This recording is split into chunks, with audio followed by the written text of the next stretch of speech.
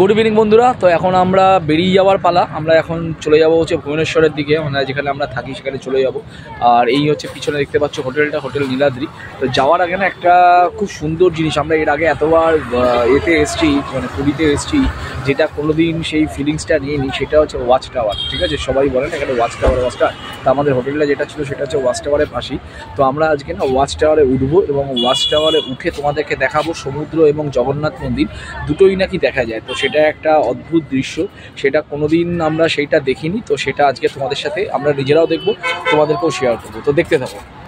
এই দেখো, এটা হচ্ছে লাইট হাউস বা ওয়াচ টাওয়ার, যেটা এটার উপরেই আমরা উঠবো। এটা শুনেছি নাকি 10 টাকা করে টিকিট, এটা খুব সুন্দর। তো একদম ওই ওপরে উঠবো। হ্যাঁ, অনেকেই উঠেছে। তো চলো বন্ধুরা, তোমাদেরকে ওপরে গিয়ে আমরা দেখাচ্ছি। এখানে না 10 টাকা করে টিকিট, বেটার দেখে টিকিটটা দেখা। এই যে এখানে 10 টাকা করে টিকিট নিল। তো এই এখন আমরা টিকিট কাটলাম, আর এইখান দিয়ে দেখো আমরা ওপরে উঠছি লাইট হাউসে। আর এখানে না কনস্ট্রাকশনের কাজও হচ্ছে ভেতরে।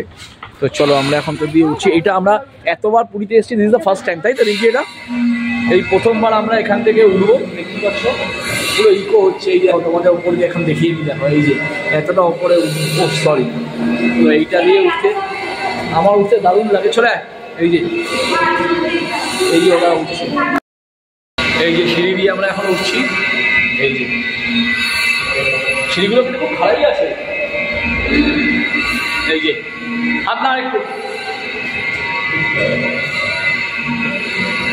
আমার খুব একটা প্রবলেম হচ্ছে না, কারণ আমার যেহেতু একটু অভ্যেস আছে, ওদের হয়তো হতেও হতে পারে।